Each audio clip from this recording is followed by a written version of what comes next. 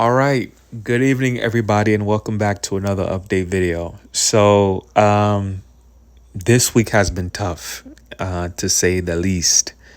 Um, I saw my portfolio, I believe we went as high as 51K, and then I saw it go to 52. So $9,000 worth of gains wiped away from my portfolio, man. And it was tough because, um, the fear and greed index, if we go look at it really quick, fear and greed index. The lowest I saw it was 10. And then if we look at the crypto fear and greed index, let's see that. At 15. These are extreme lows when it comes to the sentiments of the market. Bitcoin, if you told me Bitcoin was going to 88,000, I would have told you you're a liar. And Bitcoin went to 88,000 recently. And for us crypto holders, if you, man, let me guys show you my portfolio. And then of course, today Nvidia did well, and with their earnings. And then we did have some news. Also, the Fed minutes came out, and there's some uncertainty about the December rate cut. But the market did respond well to the Nvidia earnings. So MicroStrategy. So I tripled down on this play. Meta, unfortunately, because that position was expiring February 26th, which is 3 months away, I had to cut that, and I lost. I lost on that play. And it's good to always show your losers. And now I'm looking at it, look like Meta's looking really good right now. But I actually lost on that play twice, if I'm honest with you. So no, I gotta go to the sell. So this one I lost $2,200 on that play, and then over here I lost about $400 on that play because of just the bearish momentum that was just constantly going down. Was that a panic sell? No. It was me managing my risk, and you don't know the bottoms, and then especially since I didn't have the luxury of time on that position, I cut. So what I did, I took profits. I took the capital, and I bought MicroStrategy. With this one, I'm a little bit more confident with this play because it expires way in June.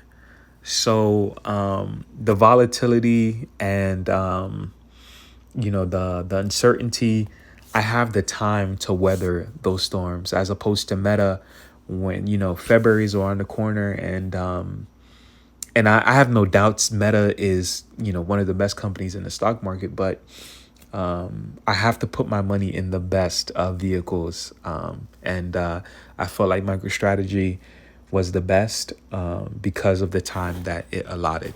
So all profits are here, and I'm hoping that MicroStrategy will make up for the loss. And I have very high expectations for this play. And then they are lofty, but it's a big boy, and it can handle plays like this. So these covered calls, remember, these are not me buying options and predicting their price. This is me selling options to buyers, to traders, and Nvidia has to, or I'm sorry, AMD has to get to 280 in order for this person to have the right to exercise this contract. So I have, for those who don't know the background on covered calls, is that once you have 100 shares of a stock, you can sell options against it, meaning you can create a contract, and you have to choose a strike price. And for this, I chose 280. Currently, AMD, if you look at the bottom here, is at 235. And then this contract or this agreement is saying, hey, it has to get to 280 by the expiration date, which is November 21st. If it does not, their contract expires worthless because AMD did not get to that price. Now, if it does get to 280, I have to forfeit my shares. I have to give them my shares, and I keep the profit, but I just lose the shares. So the reason most traders who do this strategy, they sell more in the money, so closer to where the actual price is. But for me, since I'm not ready to lose my shares, I decided to play them out the money. So this, I was able to get a credit of about $100, 111 to be exact. And this return is just showing that, it's going in the direction in my favor of me not losing the shares. Unfortunately, I do not keep this profit here, but I do keep the credit that the person bought this option for. So I just wanted to give that background. I also did the same thing for BMNR, selling covered calls against that, and my strike is 57 on this. So BNMR has to get to $57 by November, and the current price is 30. So you let me know if you think that is so.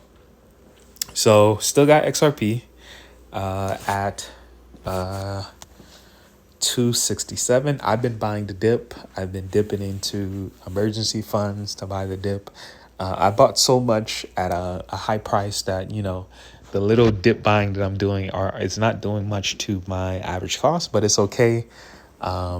It's all about accumulation of the asset. So I did also hear that XRP is having another ETF that's going to be traded in the stock market tomorrow. It's going to be posted and it's going to be listed as XRP.